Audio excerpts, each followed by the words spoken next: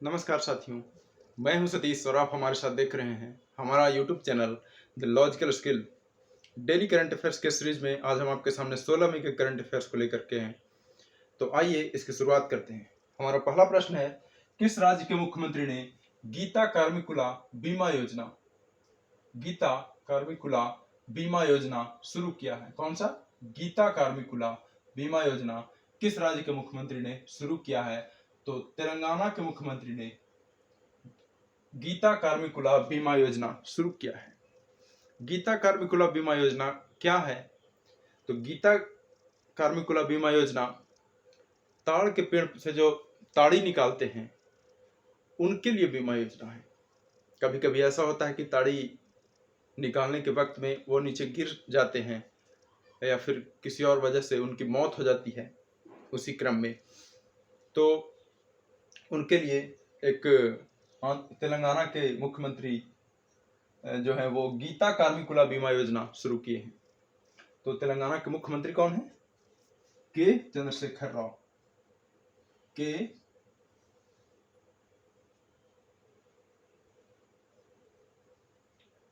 के चंद्रशेखर राव जी ने ये शुरू किया है गीता कार्मिकुला योजना। किसके लिए है? तो ताड़ी निकालने वालों के लिए है और ये कुल बीमा राशि 5 लाख रुपए तक का बीमा इस योजना के तहत किया जाएगा। अगला प्रश्न है तीसरा सेमिकॉन इंडिया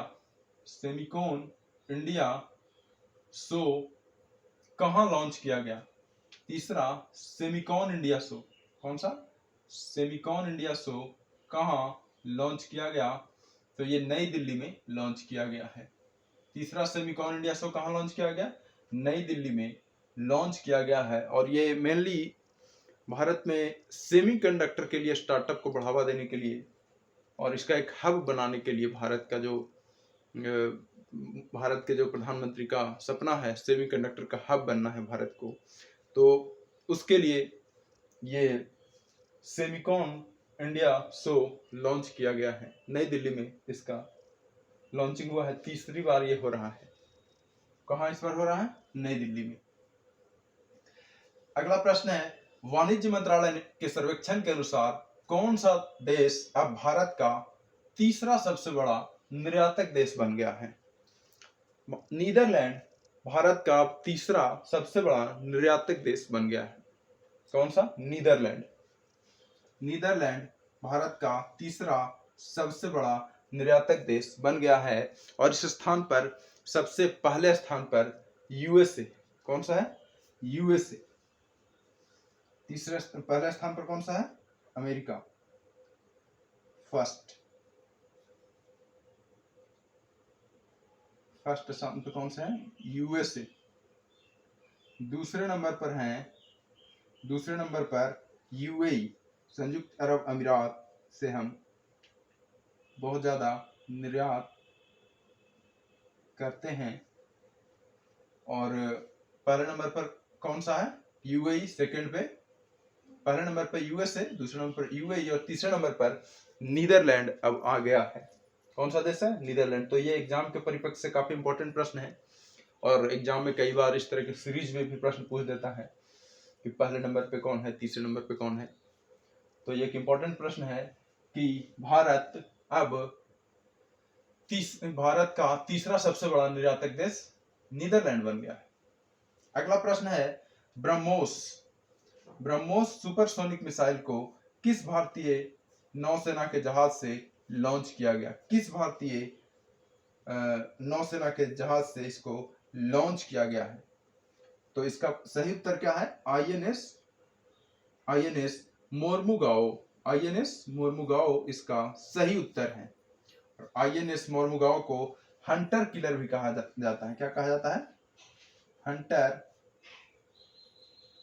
इस तरह के प्रश्न भी आ सकते हैं कि हंटर किलर किस नौसेना के जहाज को कहा जाता है? हंटर किलर इसको कहा जाता है और इसे मंझगांव डॉक शिपयार्ड ने बनाया है। और ये मंझगांव डॉक शिपयार्ड कहाँ पर है? तो ये मुंबई में है। किसने बनाया है इसे? मंझगांव। मंझगांव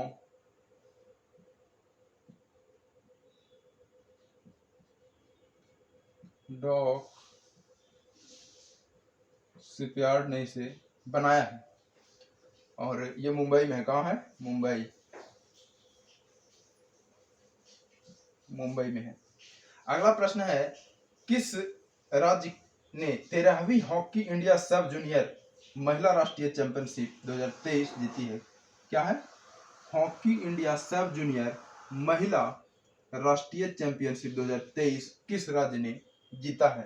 तो हरियाणा ने हॉकी इंडिया सब जूनियर महिला राष्ट्रीय चैंपियनशिप 2023 का खिताब जीता है और हरियाणा ने झारखंड को हरा करके ये खिताब जीता है। किसे हरा करके?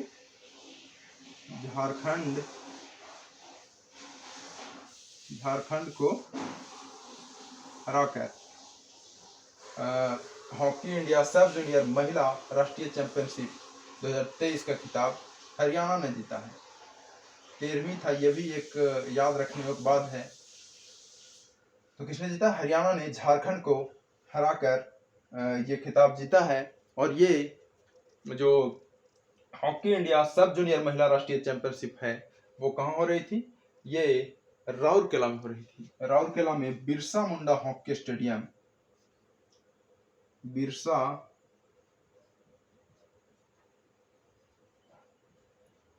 मुंडा हॉकी स्टेडियम राउरकेला, उड़ीसा में राउरकेला में बिरसा मुंडा हॉकी स्टेडियम में ये मुकाबला हुआ है। और यहाँ पे बिरसा मुंडा हॉकी स्टेडियम जो है वो विश्व का सबसे बड़ा हॉकी स्टेडियम है। आप जानते हैं कि उड़ीसा के मुख्यमंत्री जी ने, नवीन पटनायक जी ने हॉकी के क्षेत्र में बहुत सारा काम किया है और भारतीय हॉकी जो अभी बहुत ऊंचे पायदान पे पहुंच गई है उसका सबसे ज्यादा श्रेय अगर किसी को देना चाहिए तो उड़ीसा के मुख्यमंत्री नवीन पटनायक जी को देना चाहिए।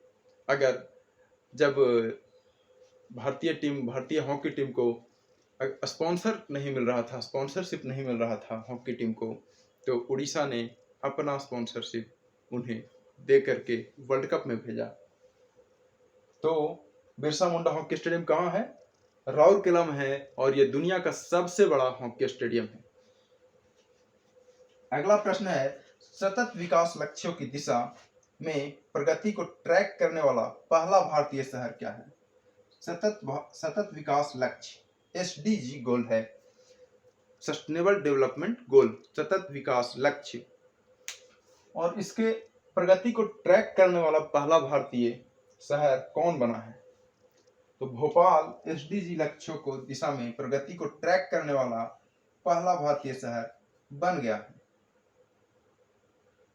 और ये जो है SDG गोल ये यूनाइटेड नेशंस के द्वारा चलाया जाता है। यूनाइटेड नेशंस जिसकी स्थापना 1945 में हुई है, 1945 में हुई है, संयुक्त राष्ट्र संघ, और उसी के द्वारा ये सतत विकास लक्ष्य सस्टेनेबल डेवलपमेंट गोल शुरू किया गया है जिसमें 17 गोल हैं। SDG गोल कितने हैं? SDG गोल 17 लक्ष्य हैं और इसी लक्ष्यों को पूरा करने के लिए इसकी प्रगति को ट्रैक करने वाला पहला भारतीय शहर कौन सा है? भोपाल है। SDG पर एक विस्तृत क्लास लाना पड़ेगा तब इसके बारे में आपको समझ में आएगा कि इसके क्या क्या गोल हैं और इसके क्या क्या एम इसका है। इसके बारे में हम जानकारी तभी ले पाएंगे जब इसके लिए एक विस्तृत क्लास लाना पड़ेगा। तो हम उसके लिए भी एक क्लास लेकर के आएंगे। अगला एक प्रश्न है, 100 दिन 100 भुगतान अभियान कौन प्रारंभ करेगा? परीक्षाओं में इस तरह के प्रश्न आते हैं। 100 दिन 100 भुगतान अभियान कौन प्रारंभ करेगा? तो RBI 100 दिन 100 भुगतान यह अभियान है वो प्रारंभ करेगा। कौन करेगा? RBI, reserve bank of India 100 दिन 100 भुगतान अभियान प्रारंभ करेगा। अगला प्रश्न है, दुनिया का सबसे समयबद्ध हवाई अड्डा के रूप में मान्यता दी गई, यानी कि पंक्चुअल, अपने समय के लिए समय जल्दी पहुंचाने के लिए मतलब समय का पंक्चुअल इसको कहा जा सकता है। समयबद्ध हवाई अड्डा के रूप में किसे मान्यता दी गई? दुनिया का, ये वेरी इंपॉर्टेंट क्वेश्चन है। वर्ल्ड लेवल पे हैदराबाद का जो हवाई अड्डा है, राजीव गांधी अंतरराष्ट्रीय हवाई अड्डा, कौन सा है हैदराबाद के हवाई अड्डे का नाम? राजीव गांधी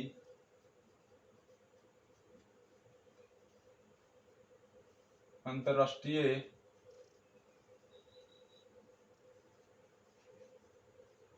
हवाई अड्डा। राजीव गांधी अंतरराष्ट्रीय हवाई अड्डा हैदराबाद को दुनिया का सबसे समयबद्ध हवाई अड्डा के रूप में मान्यता दी गई है, और ये हमारे लिए काफी गौरव की बात है, भारत के लिए काफी गौरव की बात है।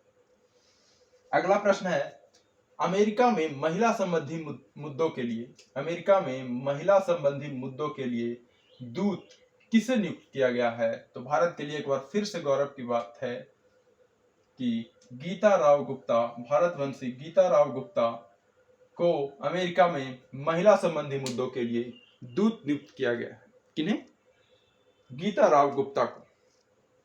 अगला प्रश्न है, वैश्विक आयुर्वेद मेला कहां आयोजित किया जाएगा? वैश्विक आयुर्वेद मेला कहां आयोजित किया जाएगा? तिरुवनंतपुरम, केरल की राजधानी तिरुवनंतपुरम में वैश्विक आयुर्वेद मेला, वैश्विक वर्ल्ड लेवल पे मनाया जाएगा आयुर्वेद मेला। वो कहाँ मनाया जाएगा? तिरुवनंतपुरम, केरल। कहाँ है तिरुवनंतपुरम? केरल की राजधानी है, केरल में। अगला प्रश्न है, यूनाइटेड नेशंस द्वारा वैश्विक सड़क सुरक्षा सप्ताह 2023 का आयोजन कब किया जाएगा? तो यूनाइटेड नेशंस द्वारा वैश्विक सड़क सुरक्षा सप्ताह का आयोजन 15 से 21 मई के बीच में किया जा रहा है। 15 से यानी कि कल से ही शुरू हो चुका है, 21 मई तक ये चलेगा। तो सड़क सुरक्षा सप्ताह, इस पे लोगों को सड़क सुरक्षा से संबंधित बातों को बताया जाता है जगह जगह पे और जागरूक किया जाता है। तो ये 15 से 21 मई 2023 तक इस साल मनाया जा रहा है यूनाइटेड नेशंस के द्वारा, जो वैश्विक सड़क सुरक्षा सप्ताह है। अगला प्रश्न है, पहला वाणिज्यिक अंतरिक्ष स्टेशन हेवन फर्स्ट कौन लॉन्च करेगा? पहला वाणिज्यिक अंतरिक्ष स्टेशन हेवन फर्स्ट कौन लॉन्च करेगा? तो ये नासा, अमेरिका का अंतरिक्ष स्टेशन है नासा अंतरिक्ष। तो ये अमेरिका का जो स्पेस रिसर्च ऑर्गेनाइजेशन है नासा, वो इसको लॉन्च करेगा हेवन फर्स्ट को निजी कंपनियों के साथ मिल करके। किसके साथ मिल करके? निजी कंपनियों के साथ मिलकर यह काम करेगा। अगला है, क्वाड संगठन देशों के वरिष्ठ सैन्य कमांडरों की पहली बैठक, क्वाड संगठन देशों के वरिष्ठ सैन्य कमांडरों की पहली बैठक कहां हो रही है? तो ये बैठक कैलिफोर्निया में हो रही है। कैलिफोर्निया कहाँ है? कैलिफोर्निया यूएसए में है, यूनाइटेड स्टेट्स ऑफ अमेरिका में है कैलिफोर्निया। तो ये क्वाड संगठन देशों के वरिष्ठ सैन्य कमांडरों की बैठक यहाँ पर हो रही है। और क्वाड में कुल 4 देश हैं, जिसमें इंडिया, यूएसए, जापान और ऑस्ट्रेलिया।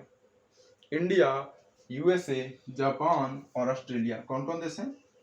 इंडिया, ऑस्ट्रेलिया, यूएसए और जापान। हिंद महासागर क्षेत्र में शांति और सुरक्षा के लिए क्वाड का गठन किया गया था। 2007 में जापान के दिवंगत जो प्रधानमंत्री थे शिंजो आबे जी, जिनकी कुछ दिन पहले गोली मारकर उनकी हत्या कर दी गई, उनका निधन हो गया, उनके द्वारा यह प्रस्ताव लाया गया था क्वाड के गठन का 2007 में। कब? इसके बारे में मैंने आपको बताया भी था, 2007। अगला प्रश्न है, भारत के 82वें ग्रैंड मास्टर कौन बने हैं? भारत के 82वें ग्रैंड मास्टर कौन बने हैं? तो भारत के 82वें ग्रैंड मास्टर बुपल्ला प्रणीत बने हैं। कौन बने हैं?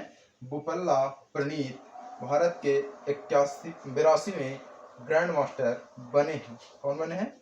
बुपल्ला प्रवीण। तो ये था हमारा आज का करंट अफेयर्स। अब हम आपसे विदा लेते हैं और कल के करंट अफेयर्स के साथ हम आपके साथ फिर जुड़ेंगे कल शाम में। तब तक के लिए बहुत बहुत धन्यवाद। आप लोग हमें सपोर्ट करिए, सब्सक्राइब चैनल को ज़रूर करिए। काफ़ी कम सब्सक्राइब हो रहे हैं, जिससे हतोत्साहित हो रहे हैं हम। तो इस पे आप काम करिए, लोगों के पास शेयर करिए, सब्सक्राइब करिए और इसका लाभ उठाइए। क्लास का डेली करंट अफेयर्स का क्लास आपको यूट्यूब पे बहुत कम देखने को मिलेगा और बहुत जगह से रिसोर्सेज को जोड़ करके, रिसोर्सेज बहुत सारे हैं करंट अफेयर्स के, इसको सब का एक निचोड़ एक छोटा क्लास में लेके आपके सामने आना बहुत मुश्किल काम है। तो कल हम आपसे फिर मिलते हैं, तब तक के लिए बहुत बहुत धन्यवाद।